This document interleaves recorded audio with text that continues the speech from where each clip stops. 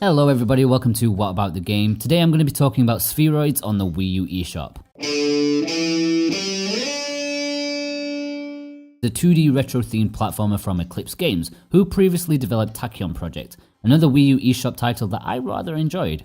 Spheroids is a very different beast however, and I applaud the developers for trying different genres.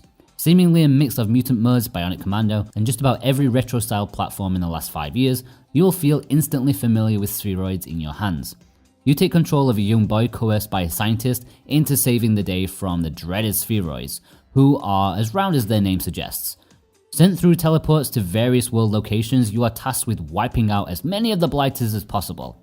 The fact that I call them young boy and scientist will tell you just how important or interesting the plot is, but that's not really the point.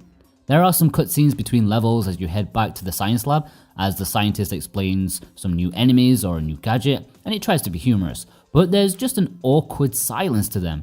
I feel like there was a music track missing, but I'm not sure. Even just a little text typing sound effect would have made it seem less incomplete. The gameplay takes place on a 2D plane as you jump from platform to reach the teleports at the end. It's simple. The main thing that differentiates it for me is that most stages are broken up into platforming parts and then combat arenas. You're shuffled into these arenas which are full of enemies in various situations. Once you enter these areas, lasers will prevent you from leaving until you've wiped out every single one of them. It doesn't feel repetitive or anything, but it's not long before you can read the game like a book. There are very few surprises. The Spheroids themselves come in a few variants. You have the standard one-hit, one-kill grunts, which are easy enough to deal with, but the rest can be seriously annoying. The most common enemy is the one that splits into two smaller Spheroids after being hit. Then there's the one that can grow bigger if it collides with another Spheroid of equal size, amongst others.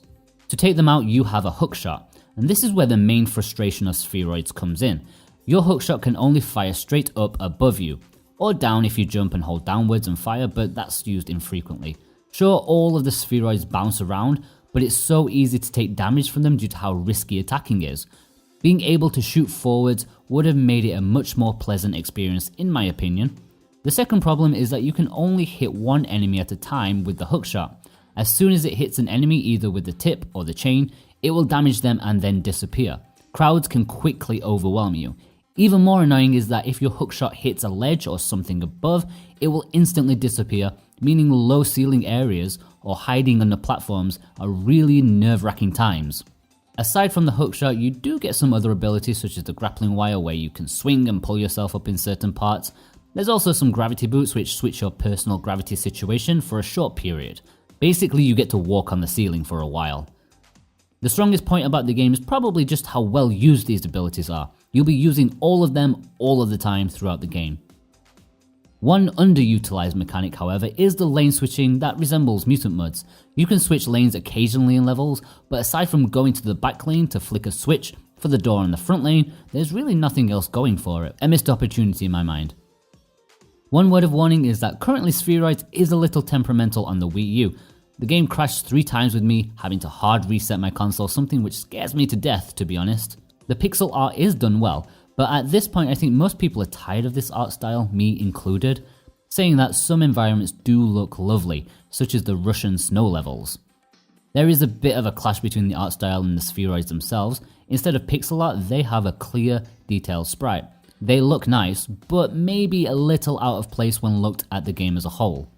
The music is excellent in Spheroids. It's your typical retro game techno that you usually find in these sorts of games, but it is so well done. It's catchy and themed well to the stages.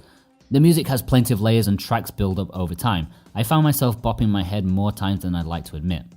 Spheroids is the type of game that we've all played before. In fact, you can find countless amounts of them on the eShop already, and I think that's its biggest downfall. It just doesn't stand out amongst the crowd. It's not a bad game by any means, but it's not great either, which should be the minimal target for developers of these type of games if they actually want to get some attention. It's reasonably priced, and I think that's the one reason why you may want to choose this one over others of the same ilk. It's pretty decent, if quite standard with a slight lack of polish. It's not a bad purchase, but neither is it an essential one. Okay guys, if you've enjoyed this review then be sure to like and subscribe, that will help me out. You can read the full review of Spheroids at whataboutthegame.com, that will seriously help me out. And you can follow me on Facebook and Twitter if you want to. All the links are below. Bye bye.